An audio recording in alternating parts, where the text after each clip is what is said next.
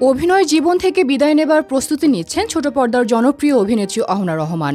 মাসখানেক আগে তিনি জানান ২০২৫ সাল থেকে ধীরে ধীরে মিডিয়াতে কাজের পরিমাণ কমিয়ে আনা শুরু করবেন এবং পরবর্তীতে পুরোপুরি অভিনয় থেকে সরে দাঁড়াবেন। এরপরই ওমরা পালন করতে সৌদি আরবে যান অহনা। দেশে ফেরার পর থেকে তিনি তার জীবনযাত্রা ও পোশাকে বড় ধরনের পরিবর্তন এনেছেন। বিশেষ করে বোরকা ও হিজাব পরিধান করে তিনি নিজেকে স্বাচ্ছন্দ্য বোধ করছেন এবং ভবিষ্যতেও এমন পোশাক পরার ইচ্ছা প্রকাশ করেছেন। এক সাক্ষাৎকারে অহনা বলেন, নাটকের বাইরে মাথায় কাপড় না পরা আমার ব্যক্তিগত বিষয়। ইন্টারভিউ দিতে গেলেও চেষ্টা করি মাথায় কাপড় রাখার। অভিনয় থেকে সরে যাওয়ার এই সিদ্ধান্ত এবং ধর্মীয় পোশাক পরিধানের কারণে নেটিজেনদের মধ্যে মিশ্র প্রতিক্রিয়া দেখা দিয়েছে। অনেকেই প্রশ্ন করছেন, যদি ধর্মীয় অনুভূতি থাকে তাহলে কেন এখন অভিনয় করছেন?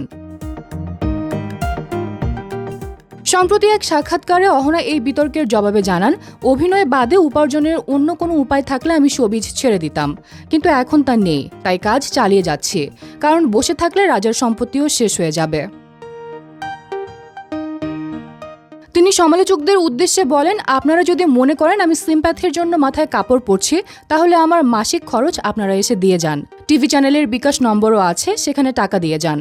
অহনা রহমান মডেলিং দিয়ে শোবিজে প্রবেশ করেন এবং পরবর্তীতে বিভিন্ন টেলিভিশন নাটকে অভিনয় করে ব্যাপক জনপ্রিয়তা অর্জন করেন।